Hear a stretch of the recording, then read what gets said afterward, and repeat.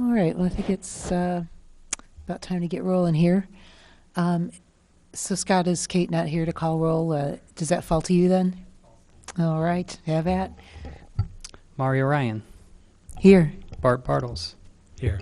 Todd Rusk, Here. Andrew Stump, Here. Rachel Valinga, Stephen Wald. Here. All right, looks like we have a quorum, so let's get going. Are there any changes to the agenda this evening? Okay, seeing none, let's move to approval of the minutes from the previous meeting, and perhaps if we can get a motion on the floor first, and then if there are any changes, we could just propose them as amendments. Is there a motion to approve? I'll move.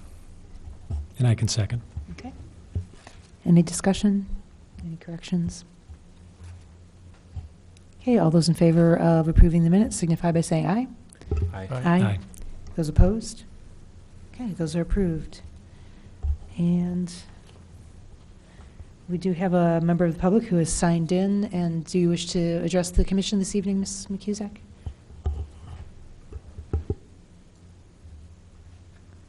And if you could also just state your name and address for the record as well. Carol McCusick, 1907 North Cunningham Avenue. I'm going to share with you something that Scott told me on the phone because it came as a surprise to me. And he said he didn't find out about it from the news media.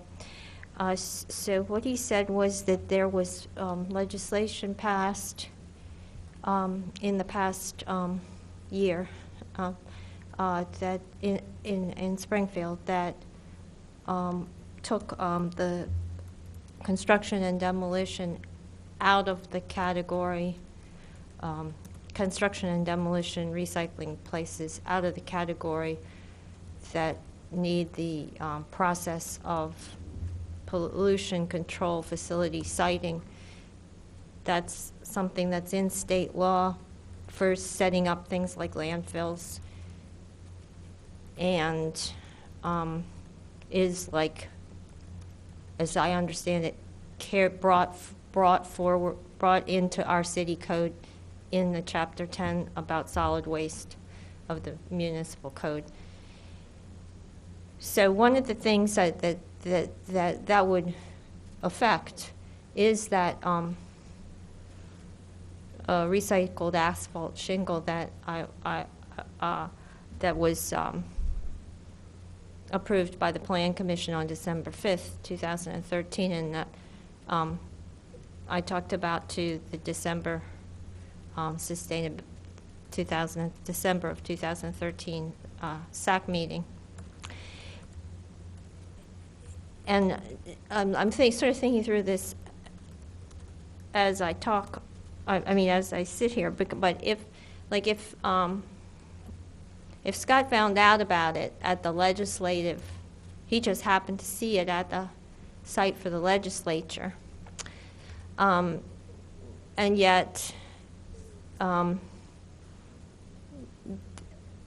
there's this process for something they've received permission, that somebody's received permission already to start working on. You know, it seems like it's a problem that it is a problem that a timeline isn't like sitting on Scott's desk. Like what if he hadn't happened to notice that that there might be this new factor affecting that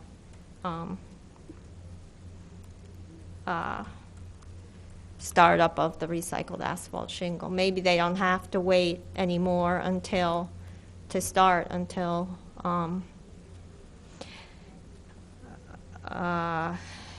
the Associated Construction and Demolition facility is set up. Because they were the thing that was going to need all the, I think they needed most of the Environmental Protection Agency approval. But I might be all wrong about that, so people should get that from Scott. And this has to do with, okay, the stuff got passed, but he says that the governor added some stuff so that it has to go back to veto session. So nothing would happen until after that. I think it's a veto sessions in the fall. So everybody who's interested in what happens on, like near the railroad, Sailing Court is like off of North Lincoln. And that's where they were going to have a recycled asphalt shingle paired with a construction and demolition, like kind of as backup for it.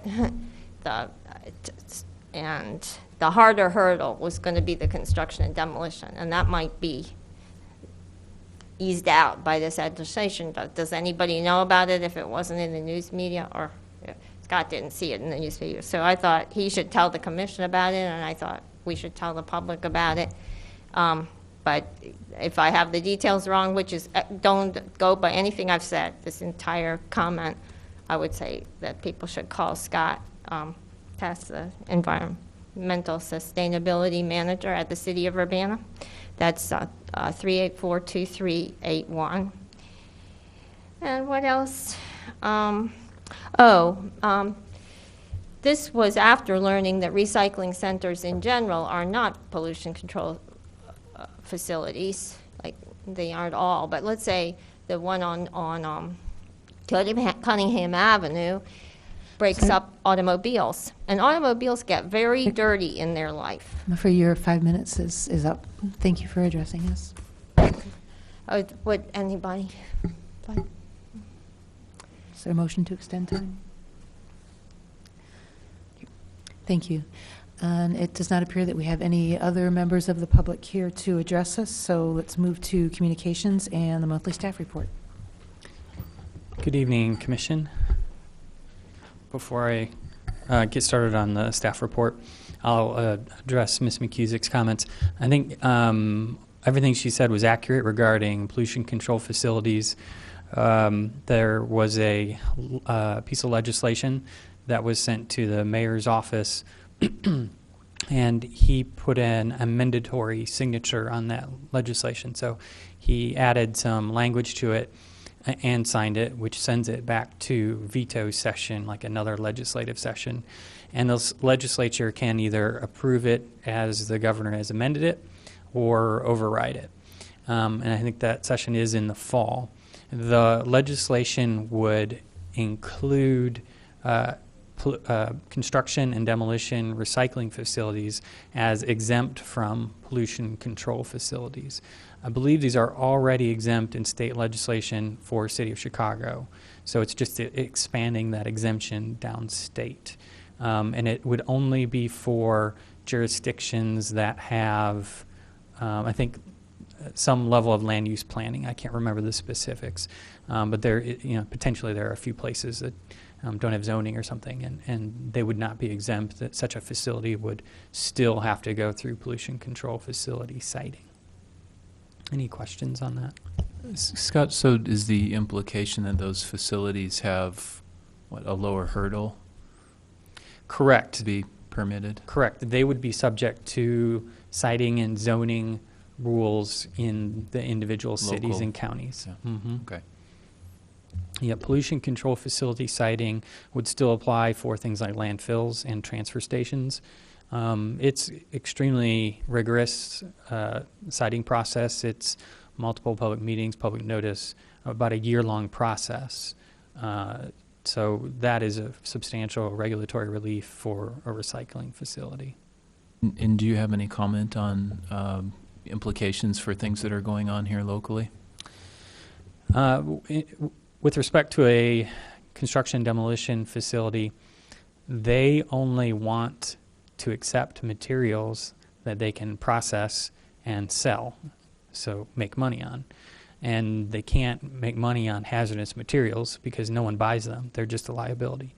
So the facility is going to do their utmost not to accept any hazardous materials. And so that's part of the reason why these facilities are being exempted. because they're just seen as having a fairly low risk.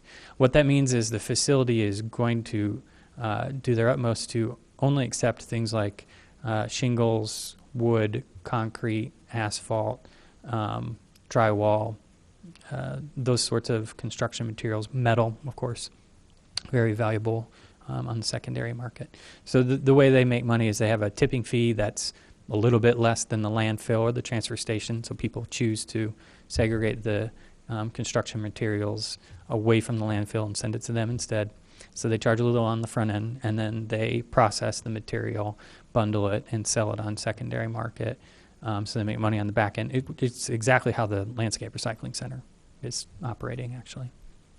Only they accept different materials, of course. Since it has, I guess it's easier to get permitted, are there other, do you anticipate any need for controls or any kind of oversight, or is that already, under consideration? Sure. They're going to have to follow all the normal development codes. That includes soil stabilization after construction of the facility. It includes screening because they're along Lincoln Avenue, so visual screening. And that whole development on Saline Court was initially developed and permitted with a large retention pond to serve the entire development. So stormwater runoff goes to a retention pond where it gets that sort of treatment before it goes off-site. Thanks. Okay. So first, in staff report, we had some new buildings register with the Urbana-Champaign Energy Star Challenge. We're up to 68 buildings registered, and a few more buildings submitted Statement of Energy Performance, so up to 41 buildings. For those two metrics, our original goals were 50 registered and 25 submit a Statement of Energy Performance, so we're doing great with those particular goals. The next goals for this challenge will be moving those 41 buildings that have created an energy benchmark, a baseline, to undertake energy efficiency projects, get technical assistance from organizations like CDAC and IGBA, and get financial assistance from private lenders and also subsidies from Ameren Act on Energy, or incentives, I guess they call them. And then do a 2014 energy inventory and submit that as well so that we can see the improvement from 2013 to 2014. We were able to work with Ameren. We contributed or were the speaker on one of their webinars to their Illinois service area to commercial customers about commercial energy challenges and using Energy Star Portfolio Manager for those challenges. The Green Office Challenge that's starting in Central Illinois was also mentioned. So we talked about people, what these do, how people can do them in their own regions, and also joining our own challenge. Along those same lines with the Urbana-Champaign Energy Star Challenge, we worked with the Community Development Department to apply for Illinois chapter of the American Planning Association award for our Climate Action Plan, which that is a big part of. Also, pleased to announce that the city has been advanced to the quarterfinals of the Georgetown University Energy Prize. We had Todd, as well as some community members, bring this competition to our attention, and we're partnering with them more than they're partnering with us. We're partnering with them to participate in this competition to reduce energy use in the residential sector, and we've been advanced to the quarterfinals. This is a sort of a more rigorous planning stage for your activities that you would do in 2015 and 2016 if advanced to the semifinals. In order for us to advance to the semifinals, we of course have to expand our plan, but also we would need to get an agreement from Ameren, Illinois, to provide energy data on a monthly basis. Right now, they're providing it to us on an annual basis, and that agreement has not been forthcoming yet. But we're hoping that we can secure it and perhaps move to the semifinals.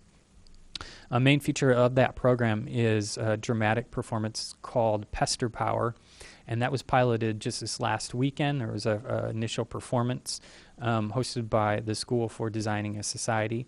And Pester Power is about the power of youth to pester their parents into taking action on climate change and greenhouse gas and energy efficiency and a better future for those kids that are doing the pestering. The event and the competition earned one of the actors in Pester Power some coverage on WCIA. Saba, who was here speaking to our commission a few months ago, was featured in the, I think it's called Kid to Know section or feature on WCIA. We were also featured, Saba's video that was played here was featured in a competition-wide email that was circulated to all the participants. It said, "Send us your story. Here's a great one from Urbana," and it had that video embedded. So great exposure for that program here. Another goal from our climate action plan was to get some input from the industrial sector regarding energy efficiency. The Champaign County Economic Development Corporation has circulated a survey to the folks who participated in industrial facilities energy efficiency talk. And so we're hopeful we'll get some good feedback from that survey and maybe learn a few things. I've got the status updates for the Climate Action Plan progress on there. We are currently in implementation of the Illinois Sustainable Technology Center's sponsored research grant as part of the Million Gallon Challenge. We're installing some irrigation controls on 2 locations, and we'll be monitoring to see if they save us any water and their status there as well for our water management plan. I've put in a tentative schedule for the phase 2 of the Climate Action Plan, and I think we put an agenda item to talk about meeting date for this commission, and also if you're interested in talking about these other meeting dates, we can discuss that as well. U-Cycle had a really great presence at the Sweet Corn Festival. This year had a new promotion called Get Caught Recycling, where folks were who were caught recycling properly at the festival were given an award to sort of reinforce that behavior. So that was a really exciting thing for folks to get caught recycling, and they enjoyed that. There was about 25 prizes distributed to folks who were recycling, and that was all done with volunteers that Courtney Rushforth recruits every year to help with the U-Cycle activities at Sweet Corn. We also tested out some new recycling containers. I've mentioned it before. They're the Clearstream brand. They have a wire frame with a plastic bag over the top so that you can see that the bag is half full of soda bottles, and you shouldn't be putting, food scrap and garbage in there. It's a visual cue to recycle in this particular container. And Courtney has reported that the response is quite good in terms of reducing contamination. We use the Clearstream as well for the corn cob recycling. Again, trying to key on this idea of a visual cue. And contamination was low, but at the end of the festival, there was one dumpster dedicated to ears of corn, and some, we think, vendors at the end of the night couldn't see it or were too tired to bother and put garbage in that container and contaminated the load. So it was a noble effort. We'll have to work on that last piece a little more next year. Also, I mentioned in new business, we'll talk about setting a meeting date. I'm going to be out of town at training during the first week of October, so I'm proposing October 14th at 7 p.m. in council chambers. Any questions?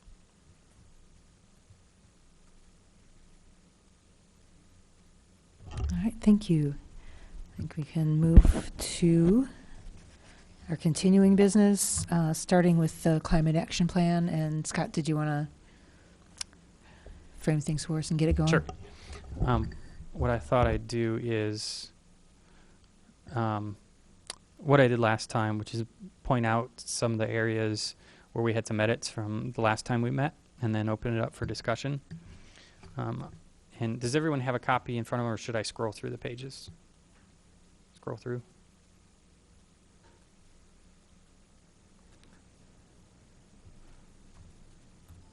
On page 5, we tinkered with the language in the third bullet point of our understanding. It now reads, some climate impacts are still avoidable if greenhouse gas pollution is reduced. Just a grammar, syntax thing. We're trying to make it simple, straightforward.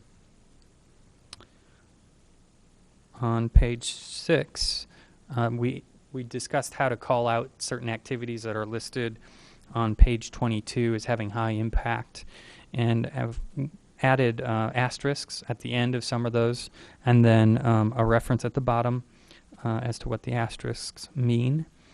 Also, we'll talk more, getting deeper into the plan, but the actions were edited in number 4 mostly because they didn't match up to what changes that had already been made later in the document for section 4. And also, section 6 is new. Those actions were just pulled out of section 5. On page 8, there was an edit in the definition for climate action plan. We added from a 2007 baseline. On page 10, there was a typo with some extraneous text at the end of the third paragraph that was removed.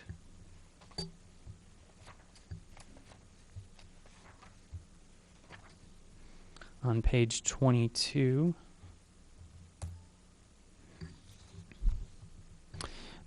in the middle section, home energy performance rebates, the third bullet point, there are some edits to make that a little bit more clear as to who the costs would accrue to. So it now reads, estimated cost $60,000 per year cost to the city, and then additional cost to homeowner participants, meaning the $60,000 doesn't cover all of the energy efficiency rebates. That's just the subsidy part of it, the incentive. The homeowner is still picking up some of that, just as Ameren, Act on Energy, is picking up some of that cost. In energy efficiency section, bullet 3, there is a sentence added at the very end of that paragraph, additional costs to business participants. Again, what these numbers are talking about is what the costs to the city for an incentive would be. On page 24, these were reshuffled. It's all kind of the same ideas we're talking about, but we're trying to streamline them and make them more rational. So they've been reshuffled, and some ideas we discussed were made bullet points under the actual action. And those are 3 that I anticipate getting, very sincerely soliciting comment from the Bicycle Pedestrian Advisory Commission, because they're, working on improving, bicycling in the city and increasing bicycle mode share all the time. And they may have some really concrete ideas. They may have plans underway that perhaps we haven't thought about. So I say that just so that you're prepared if they have some, some edits there. And I think this document would come back to SAC after it goes to BPAC, Bicycle Pedestrian Advisory Commission, before it goes to Committee of the Whole. So you would have a chance to see those in a meeting. On page 25, we've been playing with the verb at the beginning of all of these sentences. So action 1 now says simply purchase. Action 2, purchase. Action 3, pursue. Action 4, propose. Action 5, propose. Same idea on the next page. Action 1, the verb has been changed to engage. And on the next page, 27, that goal 6 is new, but the content is just moved and expanded from a goal or an action that was in Goal 5. So that is the substantive changes that have been made since our last meeting. Todd had sent me an email, and I rather than try and summarize it, I thought I'd just show it to you and read it. And this is regarding something we've talked about a couple times, which is kind of the emphasis and explanation for the 2 tracks of actions that we have in this plan. So he says that he likes the identification of high impact strategies, but there's a concern that the language describing the other strategies would leave folks wondering why we would bother doing them. So he's got some proposed alternative language, instead of marginal impacts or cost prohibitive strategies, simply other strategies. And then alternate text, the strategies identified below have benefits that are difficult to quantify. However, these strategies are included in this plan to help create the context that will enable long-term progress in energy efficiency and renewable energy, beyond the low-hanging fruit that has already been implemented. So that is on that's referencing page 22, the color boxed paragraph at the bottom. I will tell you, I started working on a PowerPoint presentation for this second phase of a plan to council today, and I actually was thinking about the same language issue, and I think the wording that I chose to try and describe these 2 tracks was high impact and or near term strategies versus low impact or smaller impact and or long term strategies. So that's something that I had worked on today as well. So I'd just like to open that up for discussion. Todd, maybe you want to say something on that. Yeah, thanks for bringing that.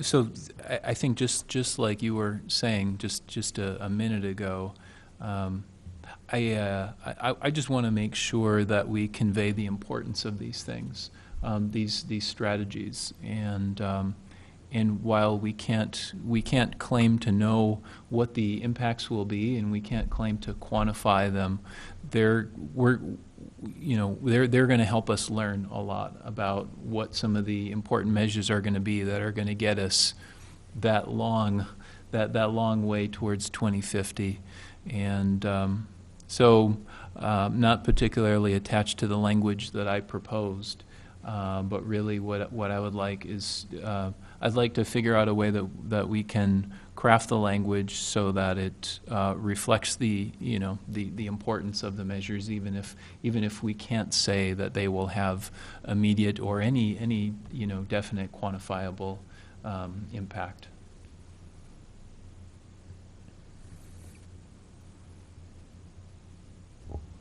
Yes, I would just ask if there's, if you had wanted to make a motion to change. Well, I guess you don't really have to make a motion, but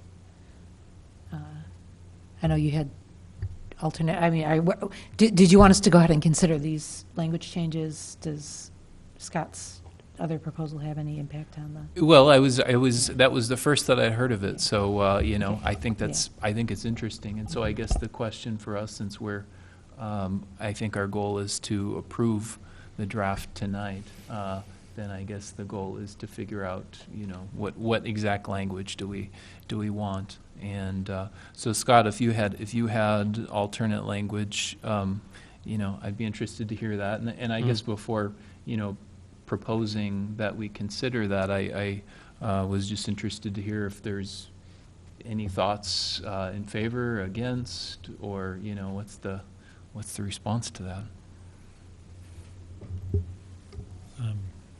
I like your comments, and to be honest, I do get a bit concerned if we take some of the emphasis off the behavior change, some of the behavior change strategies involved. So for that reason, that and as Scott was talking about, near term versus long term, and maybe I do get concerned if we start to de-emphasize some of the long-term long-term strategies and think about, RECs we're going to look at as a high-impact strategy, but once the RECs are over, time-wise, we could be right back where we are without behavior change strategies. So I agree in emphasizing maybe low impact but long-term strategies as much as the others.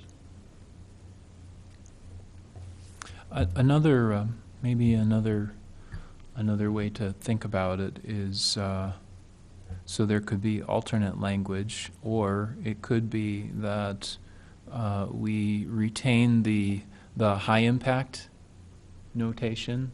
There's an asterisk and there's a notation that these things are high impact, and then just delete the reference to the marginal impacts and the cost prohibitive strategies. I think, for somebody who is reading it sincerely, I think that you can see that these are things that have long term. They're focused on the long term, and so maybe the easiest way is to just delete the reference, that box that says marginal impacts. So that would be another alternative. Yeah, I think that's a good approach, actually. I like that, because I think otherwise it sort of puts us on the record as saying something a little awkward. I mean, we don't have good data to support our inclination that these are sort of near-term investments that will bear long-term fruit, but that's, we know we need to bear long-term fruit. We know we need to work towards doing that, but you're right. We could just denote these as significant, and I think that's a nice, clean way to proceed. Okay, is there any objection to simply removing, so you're basically proposing just remove that box at the bottom of the page 22? Is there any objection to that? Okay, I think we've got consensus just to pull it out. Do you have anything to say about that, Scott? I do worry because people will often talk about different strategies that are good for reducing greenhouse gases, but don't scale to the level of 1 percentage point of our 25%. So, for instance, electric vehicles are great, but to have an impact of the scale we're talking about by 2020, we would need to induce, say, 300 new electric vehicles on the streets of Urbana every year. Doesn't scale. That's a $20,000, $30,000, $40,000 capital investment in a depreciating asset. And what would it cost the city to actually get that many people to do it? It just doesn't scale. Yet people talk about that, and it is good, and it's it's a great personal choice to reduce your own greenhouse gases. But as a public policy for an entire city, that's an example of something that doesn't scale very well. In the same way that home energy performance rebates scale, if we pay a small piece of the whole cost, we can do it for a lot of homes. So I think we had something like 800 homes that took advantage of the free energy audit, and something like 125 that carried through and did actual projects, which we also provided incentives for. And while I do appreciate that, well, if you just say, these are the ones that have a significant impact, the silence of the inverse of that might leave people with a misunderstanding. But at the same time, I appreciate Todd's point, which he's made before, which is sooner or later you're going to do all these things. So if you want, you could line them up and just not focus on anything but the first most highest impact one. But sooner or later you're going to do all these things, and that is why I'm definitely interested in those other strategies that we put in the document, because I think sooner or later we should and will do those things. Well, Scott, could we have use a footnote maybe at the bottom and just basically say what you just said, and just say that there's these other strategies which don't mesh with what we want to do at the moment, but in the long term, Well, I think we do want to enact these other strategies. We just don't, we don't want council to misconstrue that if we pass a policy that says any new city facilities have to be LEED, that's going to make us reach our 2025, or sorry, our 2020 goal. You know, we're probably not going to construct a new building between now and then, so it will have zero impact between now and then. Now, whenever we do construct a new building, it would have an impact if we built a high-performance building. But it's not going to get us to 2020.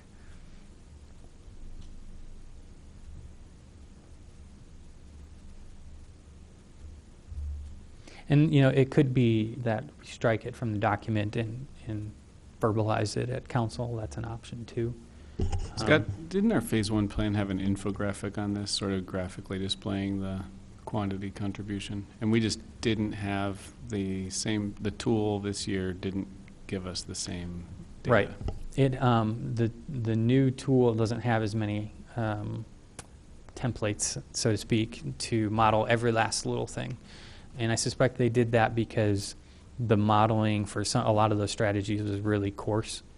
But if you go back and look at that document, you'll find the last section says these strategies will reach 10% of our 2020 goal, so 10% of 25%. And that last box was 50 strategies. I mean, we can't implement 50 high-impact programs, let alone 50 low-impact programs. And so it's there, and the first time you read through it, you're like, oh, this is all great stuff. But when you think about implementation with limited resources, you're not going to implement 50 programs that, if you do them all, only get 10% of 25%.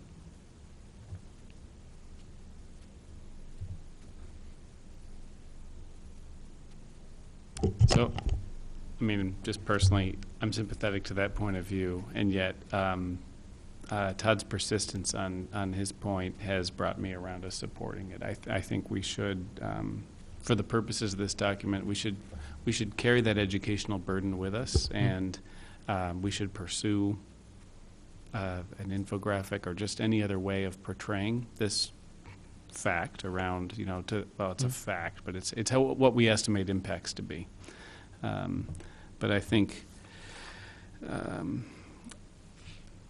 it sort of battles with our communication message to put it right in here in this way. Sure. I mean, I like what we did with phase 1. We had at least some modeling results to support a graphical treatment that we just don't have it now.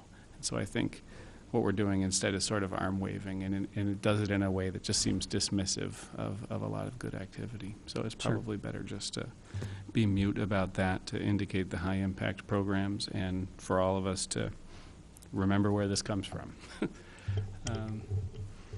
If you go back one page, hold on, to 21, there is this 2013 to 2020 graph that shows the impact of the 3 high-impact strategies that we've identified. So 404,000 metric tons is the 2020 goal. That's 25% reduction. So that's a modeling of those 3 enacted.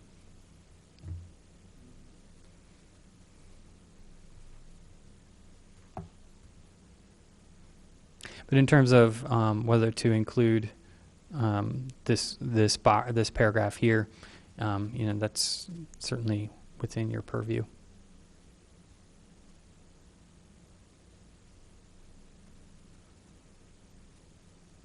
And it sounds like there's consensus to just eliminate Leave it so. out, yeah. Is there any further comment? I mean, maybe I should say, put it the opposite way. Anybody want to fight to keep it in? All right, I think we'll go ahead and leave it out. And, you know, I mean, and perhaps with the caveat that, you know, if council feedback is such that it would be better to have it in, maybe we could, you know, revisit the question when it comes back to us for the final. Sure. But at least for now, you know, we can just clarify it for them verbally. that may be sufficient. It will be interesting to see if, you know, as it goes through the reviews, the people who read it, whether they perceive what are the, you know, what are the significant, the high-impact near-term actions compared with the more long-term ones. That'd be an interesting test to see. Mhm. Mhm.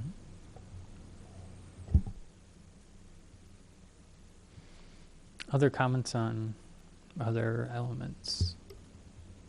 I could just make a kind of a general comment, and that is the document's looking good, I think. You can really notice a difference, I think, in the last couple months especially. So, you know, well done to Thank you. you. I think And it's thank really you for looking all your sharp. help. I've talked to all of you about it. No problem.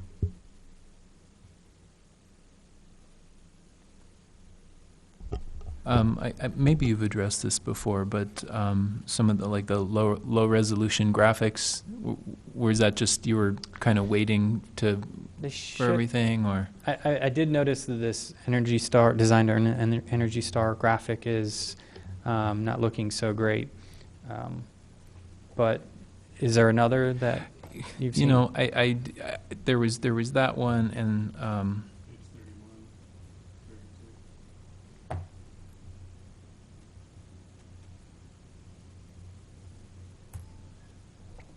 Yeah, these are PDFs. They're reports that have already been produced as PDF. So I've just inserted the PDF. So it's kind of as good as, and they're also copy and pasted from a screen capture from a website. Because if you want to generate a high res from SurveyMonkey, you got to upgrade to the pay service. So that's the reason that those are lower res. okay. We're a lean operation. Should there be an asterisk by that using this low res save the city X amount? That's a good idea.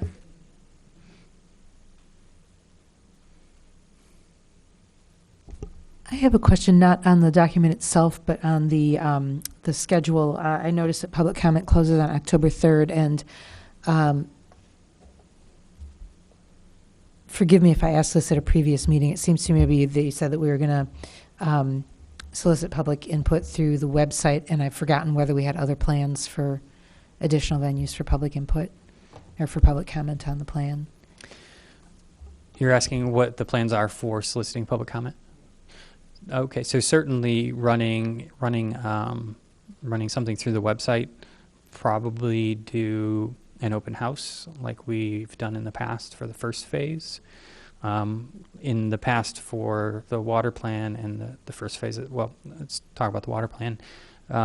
We did communications, both email and phone call, to all the neighborhood associations, as well as a number of local environmental groups, asking them to make public comment, and if they had meetings that they would like us to talk about the plan at the meeting, we're available for that.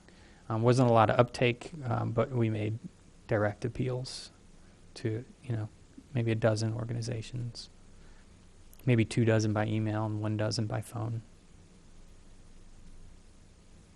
And we got one already, the ISGS. Yeah, we'll be presenting the draft to ISGS.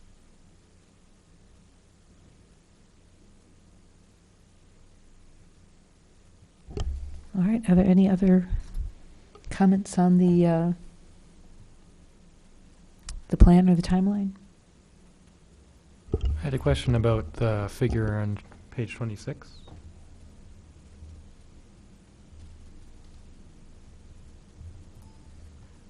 The pruning principles. So I was just wondering, is that supposed to support action 4? Yeah, it's supposed to support action 2. Okay, sure. And I think that parallels language that's in council goals. Okay. We, at one point, the city of Urbana had made it through an entire cycle of proactive tree trimming. So that's just going in a methodical way, street by street, in a grid pattern. and trimming every tree as it needs to be trimmed, rather than waiting for phone calls here and there and all over the place when people call and say, hey, this tree needs to be trimmed. They had made it through a complete cycle of the entire city in 13 years. But due to staffing turnover and those sorts of issues, they're way behind that now.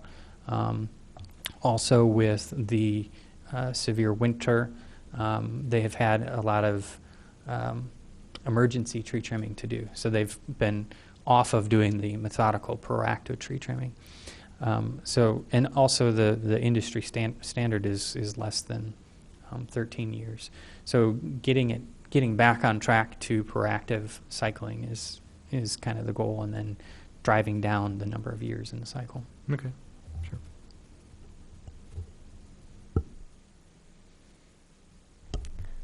All right, any other questions? Are we ready for a motion to approve this? And actually, let me see what our next step is, because we're not sending it to council just yet, but sending it out for review.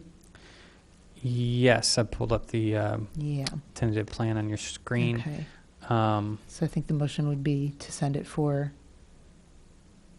public review and review by Tree Commission, Plan Commission, the public, yes, and BPAC. yes. Oh, and also the Committee of the Whole.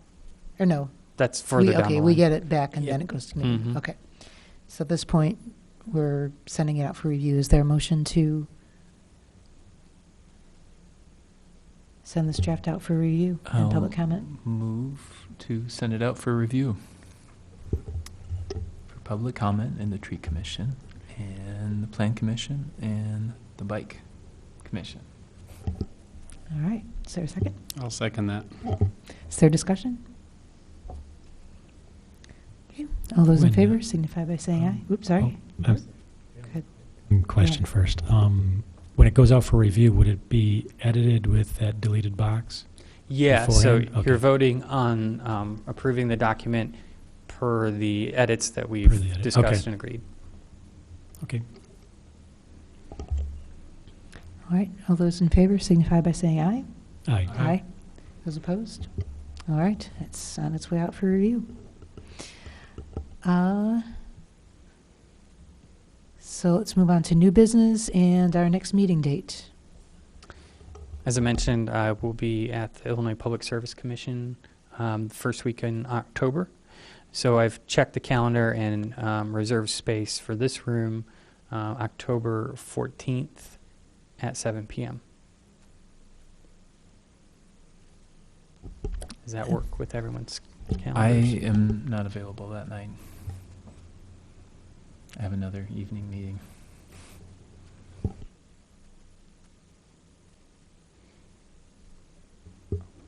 I'm not sure yet. I'll check on it, though. All right. Perhaps we can get that dealt with, just administratively, and then do the appropriate posting Is the, of the does the, alternative. well, we can do that. Also check your calendars for the last Tuesday of the month. Not necessarily right now, but we can email back and forth.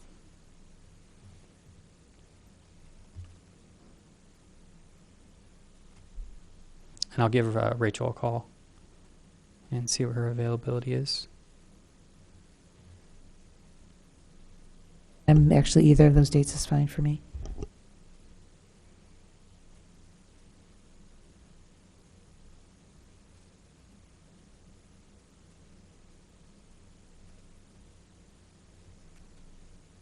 Okay. Are we ready to move on to our bylaws?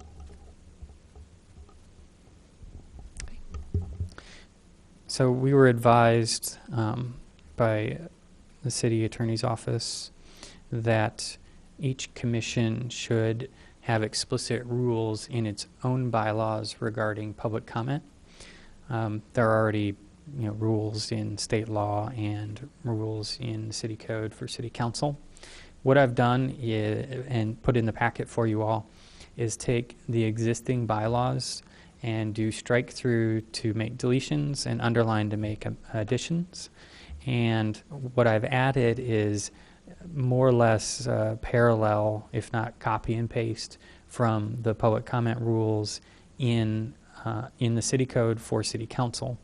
I also changed these that are underlined from asterisks to letters so that when citing, someone could say 3A, 3C, 3E, rather than 3-second bullet point. And the additions are at the end in a number 5 called public input. And it's more or less how we already operate.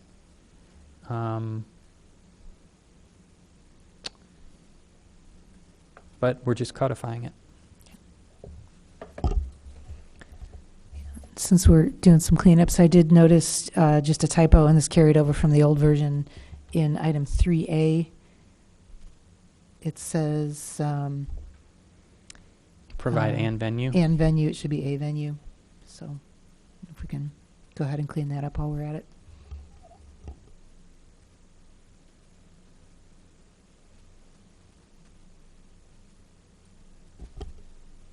And I do have a question about, I wasn't sure whether we approve our own bylaws or if we're simply forwarding this to city council saying, yeah, this is fine with us since city council approves the bylaws. I just don't know the answer to that question. I'll find out. Okay. We could approve them, and if council doesn't need to approve them, then they're done. If they do, I will send them on. All right. Is there any discussion of the changes to the bylaws? Is there a motion to approve what we have before us? I'll put a motion forward. Approve. Is there a second? I'll second this. Is there any further discussion? Okay, all those in favor of the changes before us, approving those, signify by saying aye. Aye. Aye. Those opposed? All right. Those are approved, and if council needs to approve them as well, then so be it. Great. That is all the business we have before us. Are there any announcements? I had one. The Urbana-Champaign Sanitary District will have their annual open house on September 13th at 9 a.m. I believe that's a Saturday. And I've told this commission before, it's actually a lot more interesting than what you might expect. I'll vouch for that. We actually, the first year that this commission was up and running, one of the members arranged a tour of the facility, and it was really pretty interesting. So, any other announcements? All right, seeing no further business before us, do we have a motion to adjourn? I move to adjourn. Is there a second? Okay. All those in favor signify by saying aye. Aye. Those opposed? All right, we're done.